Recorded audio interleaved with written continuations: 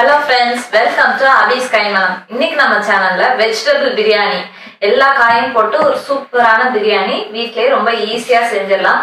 வாங்க அதை எப்படி செஞ்சிடலாம்னு பார்க்கலாம். அதுக்கு ரொம்ப கம்மியான மசாலா தான் தேவைப்படும்.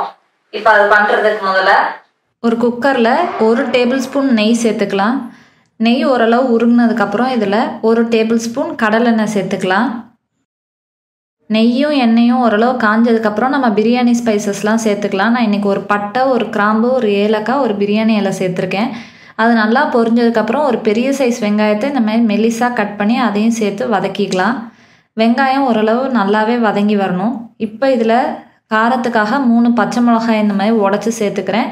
கூடவே ஒரு பெரிய சைஸ் தக்காளியும் இந்த மாதிரி நைஸாக கட் பண்ணி சேர்த்துக்கிறேன். வெங்காயமும் தக்காளியும் நல்லா குழஞ்சி மசிஞ்சு வரணும். அதனால் தேவையான அளவு உப்பும் மஞ்சத்தூளும் போட்டு வதக்கி விட்டுறலாம். இப்போ தக்காளியும் வெங்காயமும் இந்த அளவுக்கு நல்லா மசிஞ்சு வரணும். அப்போ தான் இந்த மசாலா நல்லா டேஸ்ட்டாக இருக்கும். இப்போ இதில் காயெல்லாம் சேர்த்துடலாம். நான் இன்றைக்கி ஒரு 5-6 பீன்ஸை இந்த மாதிரி சின்ன சின்னதாக கட் பண்ணி சேர்த்துருக்கேன். அதுக்கப்புறம் ஒரு பெரிய கேரட்டையும் இந்த மாதிரி க்யூபாக கட் பண்ணி சேர்த்துருக்கேன். காயெல்லாம் ஆல்மோஸ்ட் ஒரே சைஸில் இருக்கிற மாதிரி பார்த்துக்கோங்க. அப்போ தான் ஈவனாக வெந்து வரும். அதுக்கப்புறம் ஃப்ரெஷ்ஷான பச்சை பட்டாணியும் 1 கப் சேர்த்துக்கலாம். இதில் காலிஃப்ளவர் வேணால் சேர்த்துக்கோங்க. ஆனால் அது சீக்கிரம் வெந்துடும், அது குழஞ்ச மாதிரி ஆயிருங்கிறதுனால நான் இந்த 3 காய் தான் சேர்த்துருக்கேன். காய் ஓரளவு வெந்துட்டு இருக்கும்போதே 1 கை புதினா இலையும் 1 கை மல்லி இலையும் சேர்த்துக்கலாம். நான் இஞ்சி பூண்டு பேஸ்ட் இதில் சேர்க்கவே இல்லை. ஏன்னா நான்வெஜ்ஜுக்கு தான் அது சேர்த்தா நல்லாயிருக்கும். வெஜ்ஜுக்கு கொஞ்சம் ஹார்ஷாக இருக்க மாதிரி இருக்கும். அதனால் நான் சேர்க்கலை. 3 பச்சை மிளகா சேர்த்துருக்கோம். அப்படி இருந்தும் கொஞ்சம் காரத்துக்கு நான் 1 டீஸ்பூன் தனி மிளகாத்தூள் சேர்த்துக்கிறேன். அது வெந்துட்டு இருக்கும்போதே இன்னொரு சைடில் இந்த மாதிரி ஒரு பேனில் 1 டீஸ்பூன் மட்டும் நெய்யை சேர்த்துட்டு நான் ஏற்கனவே அரை மணி நேரத்துக்கு முன்னாடியே இந்த மாதிரி சீரக சம்பா ரைஸ் 1 கப் ஊற வச்சுருந்தேன். அதை கொஞ்சம் கூட தண்ணியே இல்லாமல் நல்லா ஸ்ட்ரெயின் பண்ணிவிட்டு இந்த நெய்யோடு சேர்த்து ஓரளவு வறுத்து எடுத்துக்கலாம். ரொம்ப அப்படியே பொரிஞ்சு வரணும்னு இல்லை, லேசாக அந்த ஈரப்பதம் போனாலே போதும்.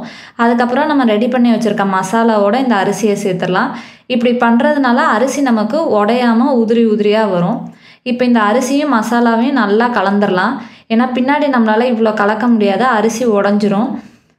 இப்போ நான் தேங்காய் பால் தான் சேர்க்க போகிறேன். 1 கப் அரிசிக்கு 3 கப் தேங்காய் பால் கரெக்டாக இருக்கும். அதனால் 3 கப் தேங்காய் பால் எடுத்துருக்கேன். நான் திக்கான தேங்காய் பால், தண்ணியான தேங்காய் பால்னால் சேர்க்கலை, ஒரே தேங்காய் பாலாக தான் எடுத்திருக்கேன். 3 கப் தேங்காய் பால் சேர்த்துட்டு கடைசியாக 1 ஸ்பூன் நெய் ஊற்றிக்கலாம். அந்த நெய் ஊற்றினதுக்கப்புறம் அதை கலக்கக்கூடாது. அப்படி இருந்தால் தான் சாதம் உதிரி உதிரியாக வரும். இப்போ இந்த மாதிரி தேங்காய் பால் ஓரளவு கொதிச்சதுக்கப்புறம் நம்ம குக்கரை மூடி வெயிட் போட்டுடலாம்.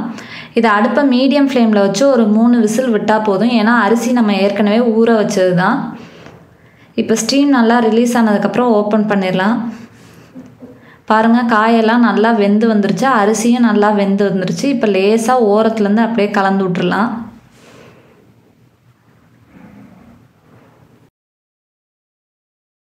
அவ்வளவுதான், நம்மளோட சூப்பரான வெஜிடபிள் பிரியாணி ரொம்ப டேஸ்டா ரெடி ஆயிடுச்சு. நீங்களும் இந்த ரெசிபி உங்க வீட்ல ட்ரை பண்ணி பாருங்க. உங்களுக்கு இந்த வீடியோ பிடிச்சிருந்துச்சுன்னா எங்க சேனலுக்கு சப்ஸ்கிரைப் பண்ணுங்க. தேங்க்யூ.